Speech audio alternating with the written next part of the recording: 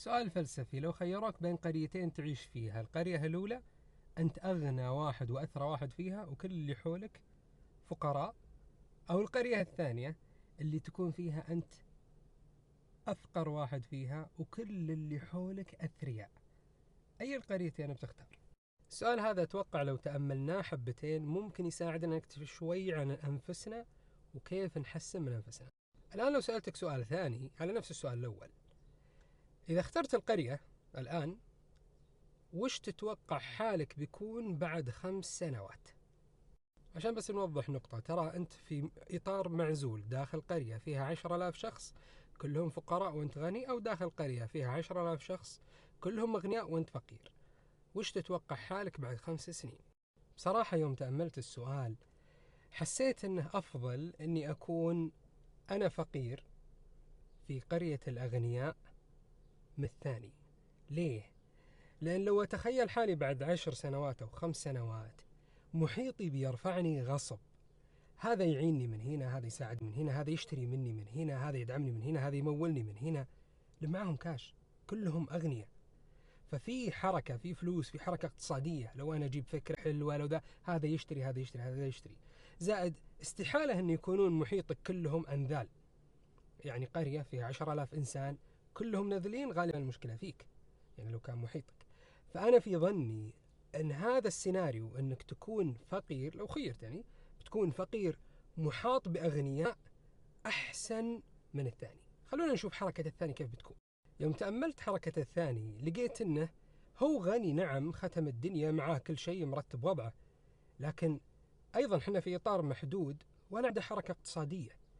إذا هو في خير وبيفزع وبيساعد فبيطيحونه، تقل زومبي بيقعدون ياكلون منه وينهشون منه، بيطيحونه بيطيحونه بيطيحونه لين يصير من ضمن مستواهم. ولو كان لئيم أو متمسك مرة ما يبغى يعطي ولا يبي، فهو بيقعد محدود، إما ثابت في محله أو ينخفض مع الوقت، لأن لا يقدر يبيع ولا يقدر يشري ولا أحد يقدر ما حوله. يعني الحركة الاقتصادية ضعيفة، اللي حوله ناس كلهم فقراء، هو الوحيد اللي معه كاش، ما له حل، في إطار معزول. خلونا من سالفة أنه يدور قرية ثانية، الدعوة ما هي بتذاكي، دعوة بسيطة جدا يعني، لأني أنا الحين هذا كله تأسيس الفكرة بقولها بعد شوي. الآن امسك الموضوع وفكر فيه: هل الحسد منطقي؟ هل الأفضل أنك تكون أفضل اللي حولك واللي جنبك كلهم منهارين عشان تحس بالارتفاع، ولا الأفضل لك أنت قبل اللي غيرك أنهم أحوالهم تتحسن ويكونون أثرياء، علشان أصلا كذا ولا كذا أنت بترتفع. دائما كنت أقول اللي يقرب من الصحين ياكل. ليش أقول ذا الكلام؟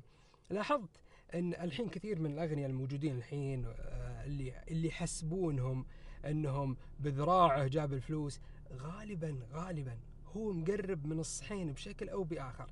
يا كان عند طبقة أمراء معينين فكان يعتاش من عندهم، يساعدونه في شيء ما أدري إيش، يعاونونه، يا أبو فلان بع السيارات هذه لنا، ولا بعناها عليك بالمبلغ الفلاني، هو يبيعها من وراهم بمبلغ وقدره، ولا يهدونه شيء، ولا الدنيا بهالطريقة اقرب من الصحين تعتاش، تاكل، تشبع. اللي حولك أثرياء أغنياء، أنت المستفيد الأول. اللي حولك طايحين، الله يعينك، كلنا بنطيح. ترى على نفس الوزنية حتى بالنسبة للدول، بعض الدول مع الأسف الشديد تقعد ودها أن كل اللي حولها يطيحون علشان هي تطلع، نفس عقلية الغني بين الفقراء. بينما الصح كل ما اعتزوا اللي حولك ساندوك، خصوصا إذا كان فيهم خير ومنهم وفيك، وتتشاركون المصير وتتشاركون الروح الوحدة واللغة الوحدة واللسان الواحد. ففي يوم التأسيس الله يعزنا ويعز اللي حولنا يا رب يا كريم، وكلنا كدول نكون مستقرة أكثر وقوية أكثر عشان كلنا ننتعش اقتصاديا أكثر. فهي سبحان الله الفكرة عامة على الجميع. ودي يزيد شوي على سالفة الحسد، على نفس الكلام اللي قلناه قبل شوي. ترى في بعض الناس مع الأسف الشديد وده اللي حوله مطلقين، مشتتين، غير ناجحين اجتماعيا، فشلها وظيفيا، مفصولين من وظائفهم علشان هو يستانس. ليه؟ لأن أنا ماني بالوحيد اللي حالتي كسيفة.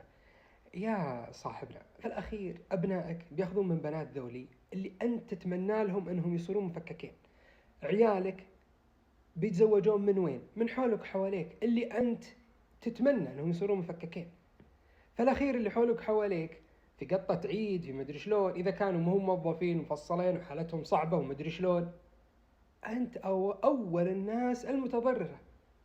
لا تقدرون تشتغلون في شيء، ولا تقدرون تعاونون في حاجة، ولا تقدر.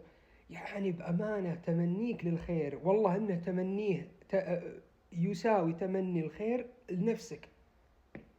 هذا الكلام اللي أنا ودي أقوله. انشر تؤجر، خلى الحساد دوري مير يعيد النظر، يحاول بس من جوا يفهم أن من مصلحته أن اللي حوله حواليه يكونون كويسين وليس العكس.